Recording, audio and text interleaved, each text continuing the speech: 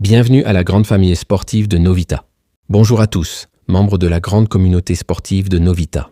Ici, nous n'avons pas simplement des abonnés, mais de véritables passionnés de sport. Ce n'est pas une chaîne, c'est une tribune. Ce n'est pas un public, c'est une famille. Et chaque voix compte. Lorsque l'un de nos abonnés nous fait part de ses réflexions, nous percevons la richesse de ses arguments, qu'il s'agisse de Congolais ou de Sénégalais. Le football est universel, mais les analyses sont personnelles. Et parfois, elles dépassent celles des plateaux télé. Il arrive parfois que nous nous disions « Voilà, nous avons affaire à de véritables tacticiens du football. » Parce que dans chaque supporter, il y a un stratège qui sommeille. Et certains réveillent des vérités que les coachs ignorent. Souvent, les fans voient ce que les coachs ratent. C'est un peu comme les supporters dans un stade qui suivent un match de football. Ces fans remarquent souvent plus d'erreurs que les entraîneurs eux-mêmes. Le terrain parle, mais les tribunes traduisent. Et souvent, elles traduisent mieux. Il arrive que les supporters demandent des changements que l'entraîneur n'a pas remarqués. Et ces suggestions ont souvent conduit à des améliorations pendant le match quand elles sont prises en compte. Le football est collectif, même dans la réflexion. Et les bonnes idées ne viennent pas toujours du banc. C'est pourquoi nous tenons en haute estime les opinions de nos abonnés. Car le fait que nous soyons devant les écrans ne signifie pas que nous savons nécessairement plus que ceux qui nous regardent. L'écran ne donne pas la vérité. Il donne la parole. Et cette parole, vous la méritez. Nos analyses ne sont pas infaillibles. Nous analysons les événements à notre manière. Mais cela ne veut pas dire que nos analyses sont infaillibles. On propose, on débat, on ajuste. Et c'est ça, la force d'une communauté vivante. Beaucoup de nos spectateurs sont capables de faire des analyses encore plus pertinentes que celles que nous proposons. Et quand vous éclairez, nous écoutons. Parce que la vérité ne vient pas d'un seul micro. C'est pourquoi nous apprécions lorsque certains d'entre vous nous adressent des compliments tels que « bravo ». L'analyse est pertinente. Chaque « bravo » est une énergie. Chaque retour est une boussole. Et on avance ensemble. Et quand les retours sont moins favorables, nous prenons ces remarques en compte pour nous améliorer encore davantage. C'est formidable d'appartenir à cette communauté. Parce que la critique, ici, n'est pas une attaque. C'est une construction. Et on bâtit avec vous.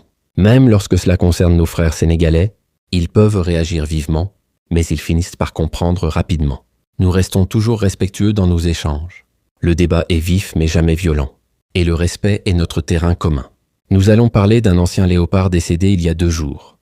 Car cet homme est à l'origine de plusieurs pertes de nos binationaux qui ont refusé l'Afrique, à cause des propagandes de Roger Lukaku, qui se mobilisait pour appeler les parents des joueurs binationaux congolais pour les dissuader d'envoyer leurs enfants en sélection nationale.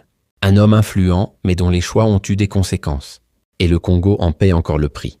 Comme pour ma part, j'admire particulièrement Sadio Mané. Je suis fan du joueur non seulement pour son talent, mais parce qu'il est une personne que tout Africain devrait apprécier, sauf en cas de malveillance. Mané, c'est plus qu'un joueur. C'est une icône. Une leçon de dignité, de travail et de loyauté.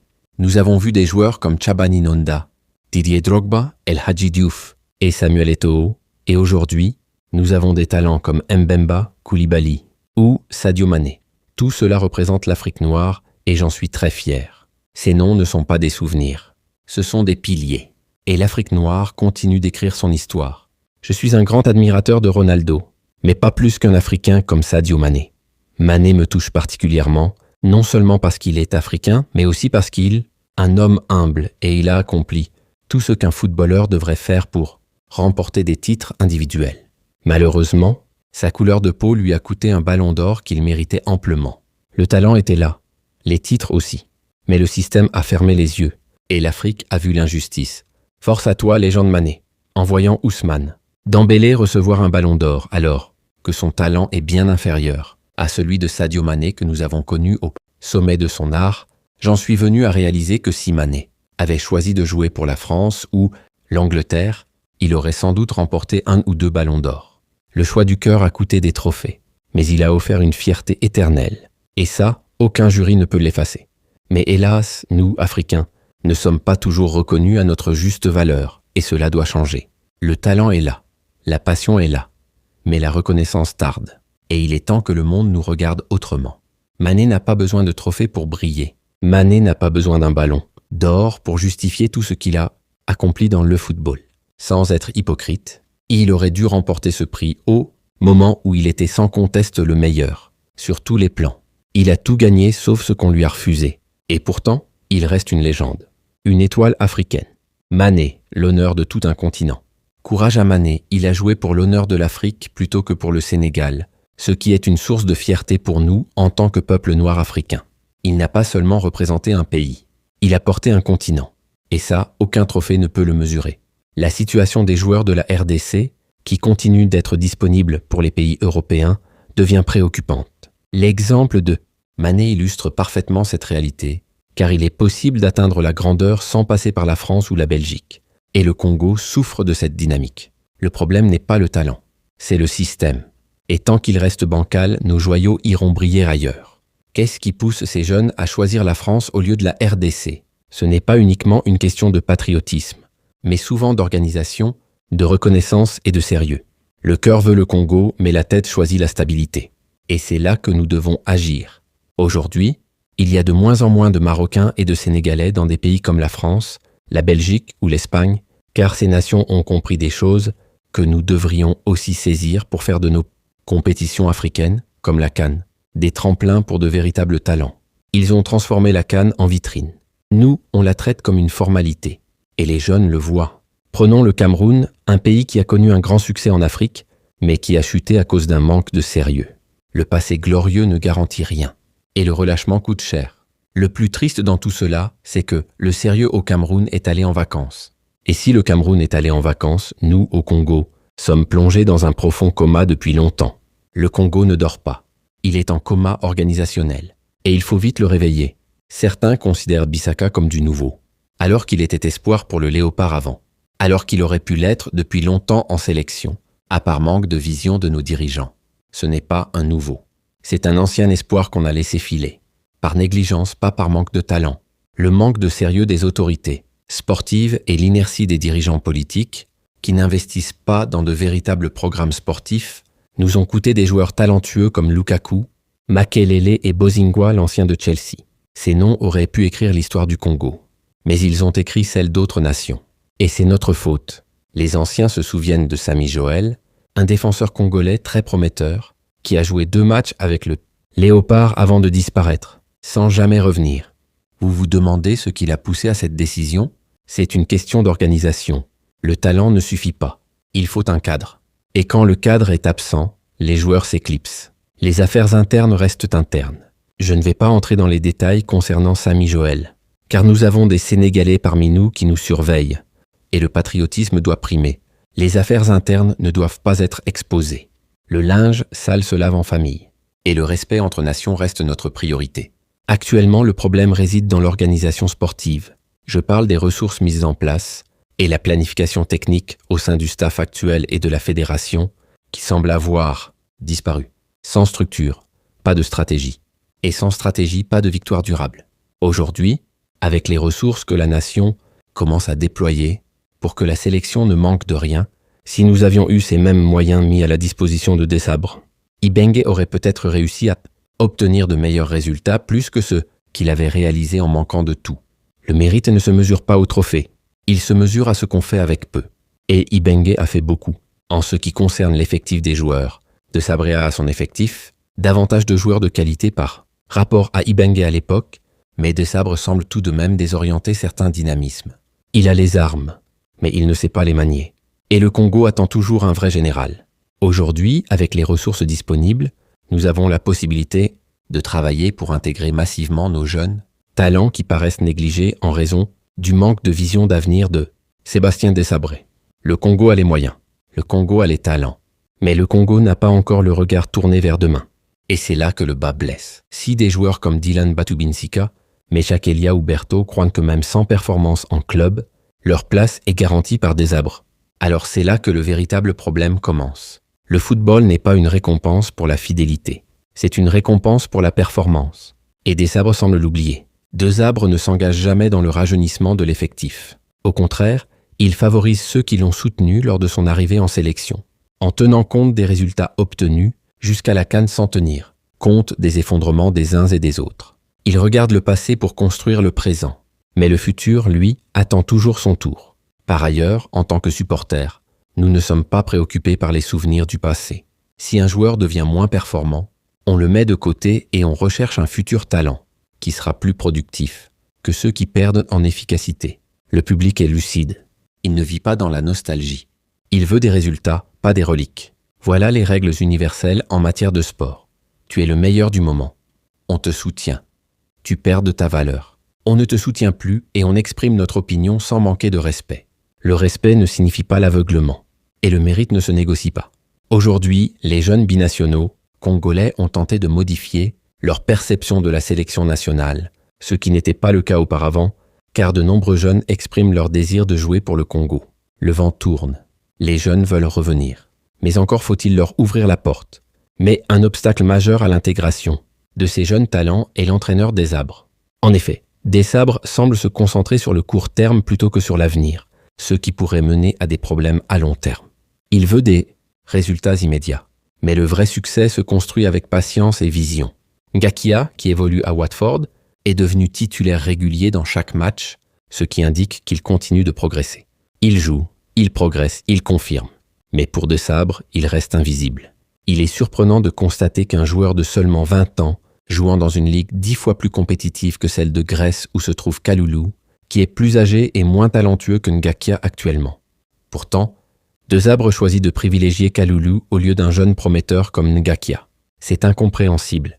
Et c'est là que la logique sportive s'effondre. Desabres n'a jamais sélectionné de nouveaux talents. Christian Nsengibimbe, Guy Bukassa et Cédric Bakambu, c'est eux qui sont les véritables piliers de l'équipe congolaise en se mobilisant pour ramener les joueurs en sélection. Le mérite du recrutement revient à ceux qui cherchent, pas à celui qui valide par inertie. Pouloulou et Kapouadi ont été imposés à Desabré par la pression du public, tandis que Bakambu a joué un rôle d'ambassadeur de leur cause. Mais trop tard, et souvent à contre-cœur. Galayel et Sadiki sont des recrues de Guy Bukassa et non Desabré, tout en mentionnant que Bissaka est revenu grâce au temps. Le coach ne recrute pas, il hérite. Et c'est là que le projet perd son âme. Au match qui a opposé le Real Betis et Nottingham Forest, Bakambu a discuté longuement avec Arnaud Kalimuendo au sujet de la sélection nationale. Et quand Bakambu s'y met dans une affaire, attendez-vous aux résultats positifs. Il ne parle pas pour rien. Il agit. Et son influence dépasse les limites du terrain. Bien que l'entraîneur ait un rôle à jouer, il semble que Desabres soit pris par son orgueil et préfère maintenir une équipe qui nécessite des ajustements. L'orgueil est l'ennemi de la progression. Et tant qu'il refuse de bouger, le Congo restera figé. Dans les équipes comme le Sénégal, des joueurs comme Meshak Elia, Dylan Batubinsika et Dimitri Berthaud ne trouvent même pas leur place, même dans la présélection. Ce sont des noms qui circulent encore chez nous, mais qui n'ont plus de pertinence ailleurs. Et cela devrait nous alerter sur notre niveau d'exigence. Il est impératif de revoir notre approche afin de donner une chance aux jeunes talents. Même certains de nos anciens internationaux ont contribué à démoraliser les jeunes binationaux. Le problème n'est pas seulement technique, il est aussi psychologique. Et les anciens ont parfois semé le doute là où il fallait semer l'espoir. Le regretté Roger Lukaku a été un symbole de désillusion et de découragement pour les jeunes binationaux à travers certaines de ses déclarations publiques qui ont semé la confusion au sein de la diaspora congolaise, car il avait lui-même connu des injustices lorsqu'il jouait pour l'équipe du Zaïre. Son vécu a laissé des traces, et ses paroles ont pesé lourd dans les choix de toute une génération. Le rôle de Roger Lukaku, ancien international zaïrois et père de Romelu et Jordan Lukaku, est crucial pour comprendre les défis historiques de la République démocratique du Congo à attirer ses binationaux. Il ne parlait pas en l'air, il parlait avec le poids de l'expérience. Et son discours a façonné des trajectoires. Sa position n'était pas celle d'un simple commentateur, mais d'une figure influente, dont le discours était devenu un frein moral pour la diaspora congolaise. Quand une légende parle, les familles écoutent, et parfois elles renoncent.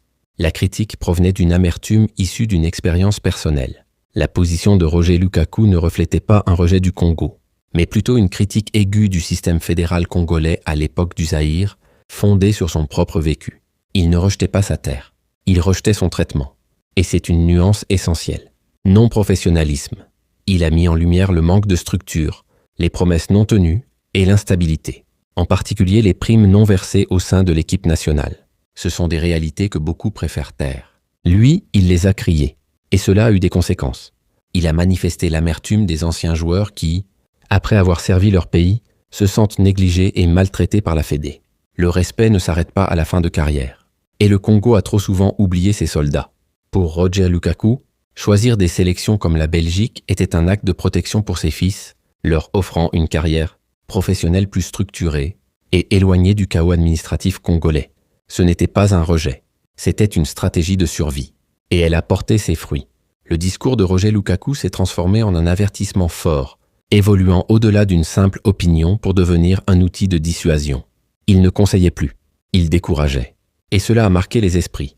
Ses interventions dans les médias ont alimenté le mal du Congo, propagé des rumeurs négatives au sein de la diaspora, créant un climat de méfiance et de peur concernant le choix des léopards. Le Congo est devenu un risque, pas une fierté.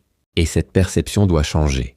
Il est largement répandu et crédible que Lukaku contactait directement les binationaux ou leurs familles par téléphone, ou en prenant rendez-vous pour les dissuader de rejoindre l'équipe. Une influence active, pas passive. Et elle a redessiné les parcours de nombreux jeunes.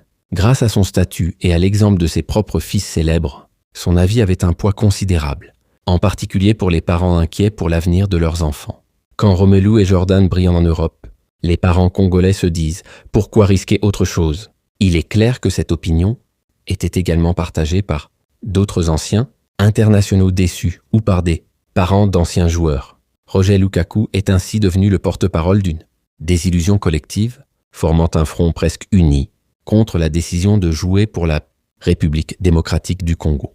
Ce n'était plus une voix isolée, c'était un courant, et il faut le comprendre pour le dépasser.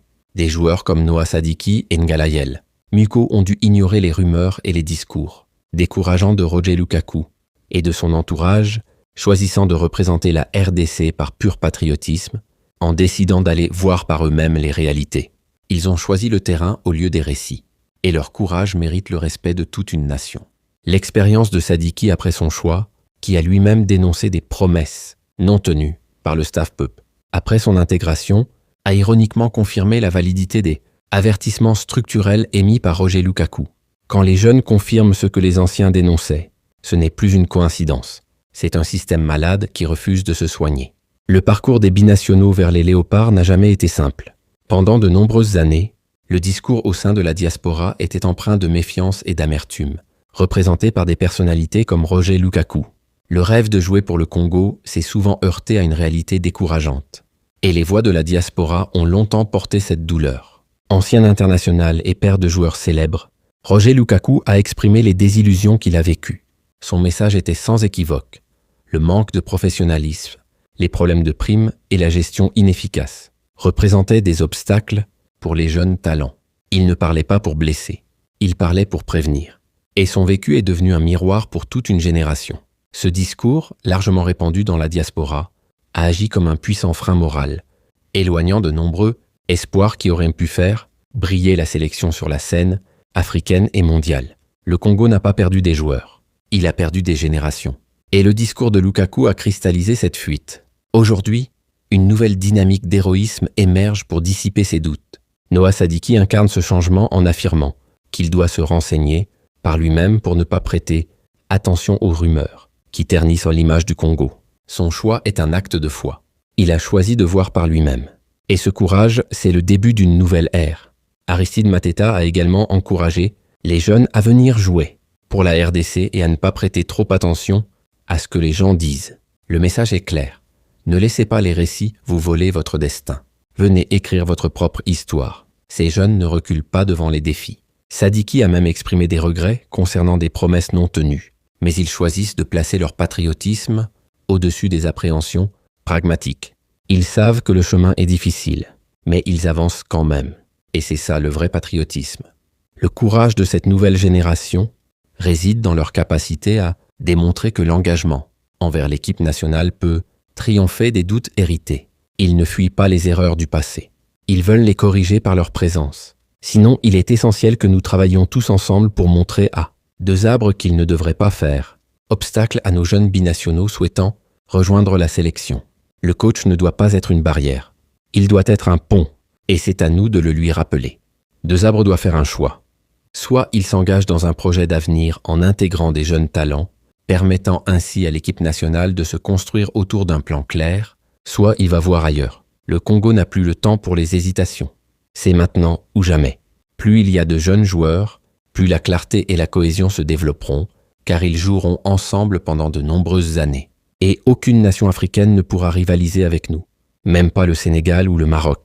Le talent est là. L'envie est là. Il ne manque qu'un projet. Et si on le construit, l'Afrique verra le vrai visage des léopards. Merci chers supporters et à bientôt.